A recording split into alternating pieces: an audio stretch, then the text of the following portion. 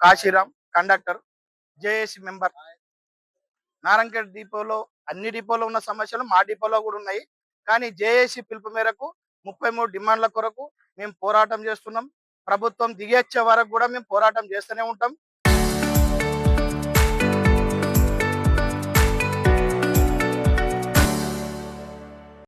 రాత్రి మాకు పిలిచిర్రు, ఏది ఐఏఎస్ కమిటీ నలుగురిది.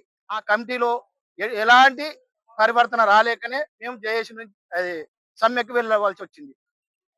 సమ్మె మళ్ళీ కూడా ఇప్పుడు జేఏసీ పిలుపు ఇస్తే సమ్మెకు అదే చర్చలకు రమ్మంటే ఎనీ టైం పోవడానికి కూడా సిద్ధమే ఉన్నాం. ప్రభుత్వం ఎప్పుడు పిలిచినా మేము చర్చలకు పోవడానికి సిద్ధం ఉన్నాం. సమస్యలు నెరవేరేదాకా కూడా మేము సమ్మెలనే కొనసాగుతాం.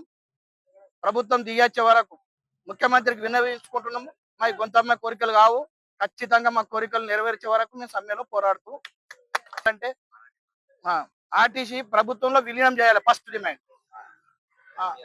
2 పిఆర్సీలు, 2021 పిఆర్సీ, 2025 పిఆర్సీ, 2017 ఏరియర్స్. మరి అదేవిధంగా ఉద్యోగ భద్రత, కండక్టర్ డ్రైవర్ ఉద్యోగ భద్రత కంపల్సరీ. అది యూనియన్ పునరుద్ధరణ ఫస్ట్ చేసిన యూనియన్ల పునరుద్ధరణ. కేసీఆర్ కూడా ఎట్లా రాతపూర్వకంగా ఇయ్యలే, ఓన్లీ మౌలిక ఆదేశాలు. ఈ ప్రభుత్వం కూడా మౌలిక ఆదేశాలు ఇస్తే యూనియన్లు వచ్చేస్తాయి. యూనియన్లకు కూడా ఏమి ఖర్చు అవసరం లేదు. సిరిప్ మౌలిక ఆదేశాలు ఇస్తేనే యూనియన్లు వస్తాయి. యూనియన్లు నిర్వచించాలి. ఎలక్షన్ పెట్టమంటున్నాం మేము. ఖచ్చితంగా ఎలక్షన్ పెట్టాలి. ఇవి ప్రభుత్వం ఏం చేస్తుందంటే ఎంపీటీసీ కానీ, జడ్పీటీసీ కానీ, ఎమ్మెల్యే కానీ, ఎంపీ ఎలక్షన్ పెట్టుకుంటున్నారు. మరి మాకెందుకు ఎలక్షన్ పెట్టకచ్చిర్రు? ఖచ్చితంగా మా ఎలక్షన్ కూడా కావాలి. మా యూనియన్లు ఉంటే మేము అన్ని రకాలుగా పోరాడగలుగుతాం. సమస్యలు కూడా నెరవేరుతాయని చెప్తున్నాం. కాదు వరకు ఏదైనా సమస్యలు పరిష్కరించే వరకు కూడా మేము ఖచ్చితంగా పోరాడతాం.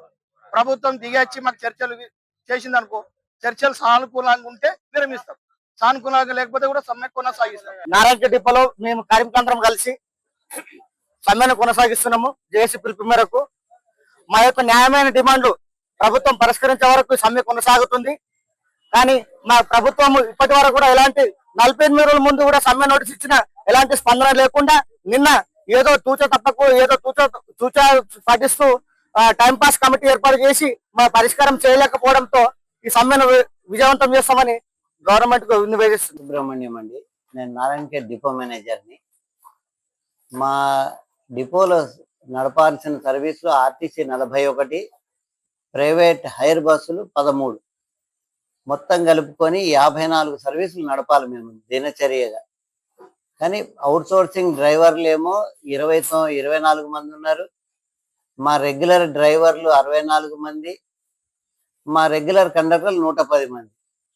ఆర్టీసీ సిబ్బంది మాత్రమే స్ట్రైక్ చేస్తున్నారు కాబట్టి అవుట్ సోర్సింగ్ సిబ్బంది డ్యూటీలకు వస్తే వాళ్ళకి ప్రత్యామ్నాయ ఏర్పాటుగా కండక్టర్లను కూడా తీసుకోవడం జరుగుతుంది.